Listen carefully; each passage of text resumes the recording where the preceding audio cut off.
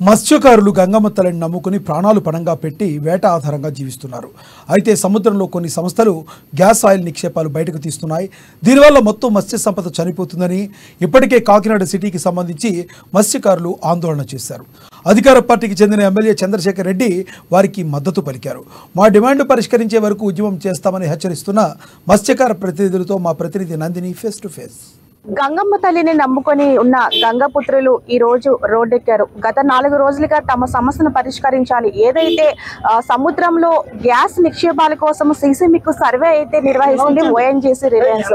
దానివల్ల దాదాపు 500 చదరపు కిలోమీటర్ల మేర అయితే సముద్రం 3 దిక్కులా కూడా మత్స్యకారులు కూడా వేటకు వెళ్ళొద్దని ఇప్పటికే మత్స్యకార అధికారులకు అయితే ఓఎన్జీసీ ఒక లెటర్ కూడా రాసింది. ఆ లెటర్ కూడా మత్స్యకారులు కూడా తెలియదు. అయితే ఏదైతే కొన్నాళ్ళుగా వీళ్ళు చేస్తున్న దాని వల్ల చాలా లాభం పొందుతున్నారు తప్ప మత్స్యకారులకు మాత్రం అది నష్టమనే చెప్పాలి.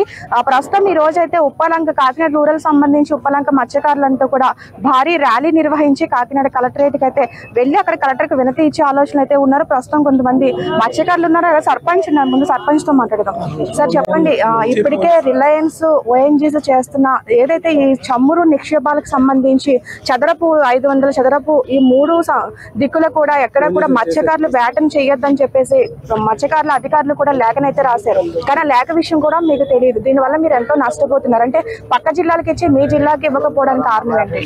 ఇప్పుడు మేము అన్ని తెలుసుకోవడానికి కారణం ఏంటంటే మేడం, మాలో ఎవరో చదువు అనేది లేదు. మేము ఈ గ్రామానికి వచ్చి దగ్గర సుమారుగా ఒక 3000 మంది జనాభా ఉంటారు. 3000 మంది కూడా ఒకరు కూడా వేరే వృత్తి చేసుకుని వెళ్ళారు. 300 మంది కూడా మత్స్య సంపద మీద ఆధారపడి మేము బ్రతుకుతున్నాం. అయితే పక్క నియోజకవర్గమైన తాళరే మండలంలో గతంలో కూడా మా విలేజ్ ఉండేది. అప్పుడు మాకు మరి ఎందు నిమిత్తం మా ఊరిని పక్కన పెట్టారో, మేము అందరం కూడా మత్స్యకారులు ఉండే గ్రామాన్ని మా పక్కన పెట్టి మాకు అన్యాయం చేసి మరి కొంతమంది ఆ నియోజకవర్గంలో జరిగిన కొంతమందికే నష్టపరిహారం ఇవ్వడం జరిగింది. అయితే మేము అప్పటి నుంచి కూడా పోరాటం చేయడం జరుగుతుంది. కానీ మా పోరాటాన్ని ఎవరు కూడా గుర్తించట్లేదు. ఇంకొకటి ఏంటంటే మేము ఆల్రెడీ నష్టపోతున్నా సరే మేము ప్రభుత్వం వారి దృష్టికి అప్పట్లో ఉన్న ప్రభుత్వం దృష్టికి తీసుకెళ్ళినప్పటికీ పట్టించుకోలేదు.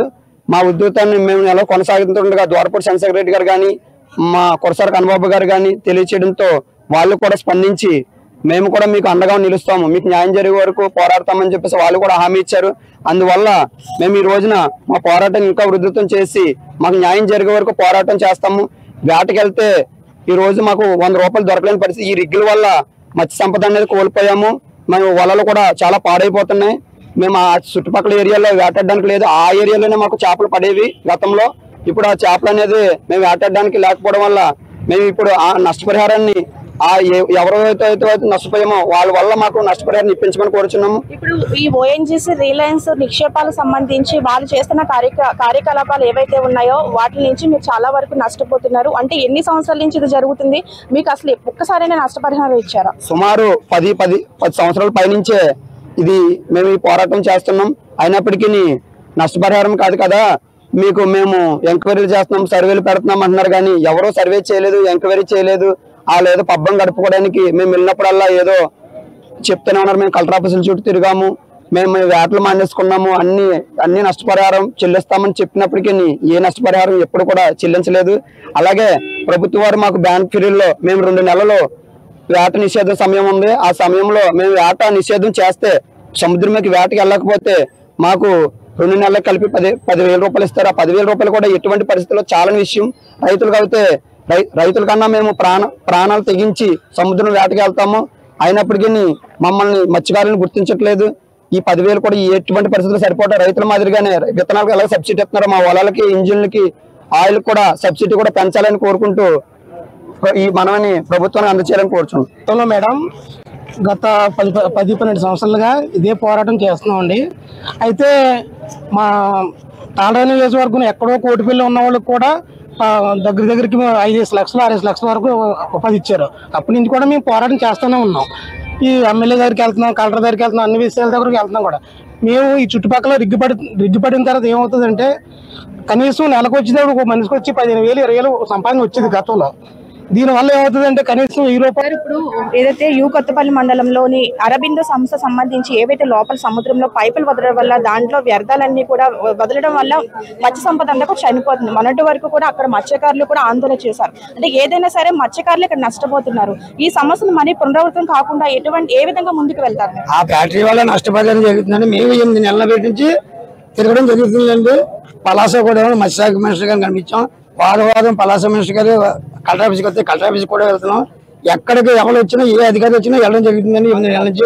కానీ మేము నష్టపరిహారం అడుగుతున్నాం తప్ప మాకు నష్టపరిహారం చేసేవాళ్ళు కూడా ఎవరు ఏ అధికారి ఆన్సర్ లేదు.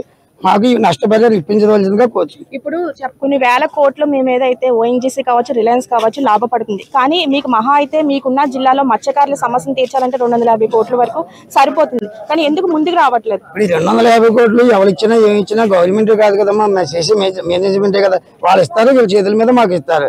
దీనికి కూడా మరి ఎవరు చేస్తున్నారు, ఏం చేస్తున్నారు?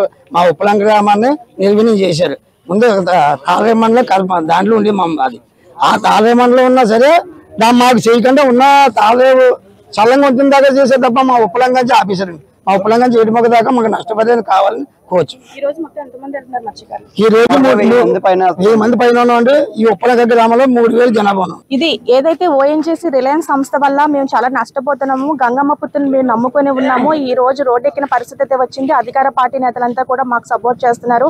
ఎట్టి పరిస్థితుల్లో ఓఎన్జీసీ నుంచి, రిలయన్స్ నుంచి మాకు రావాల్సిన నష్టపరిహారాన్ని అలాగే ఏదైతే పక్క జిల్లాలో కోనసీమలో ఇస్తున్నారో మత్స్యకారులకు అదే విధంగా మాకు కూడా న్యాయం చేయాలని వీరంతా కూడా డిమాండ్ చేస్తున్నారు. సుమారు 1000 మంది మత్స్యకారులు అయితే ఈ రోజు కలెక్టర్కి అయితే వినతి ఇవ్వడానికి అయితే వెళ్తున్నారు. Vote studio.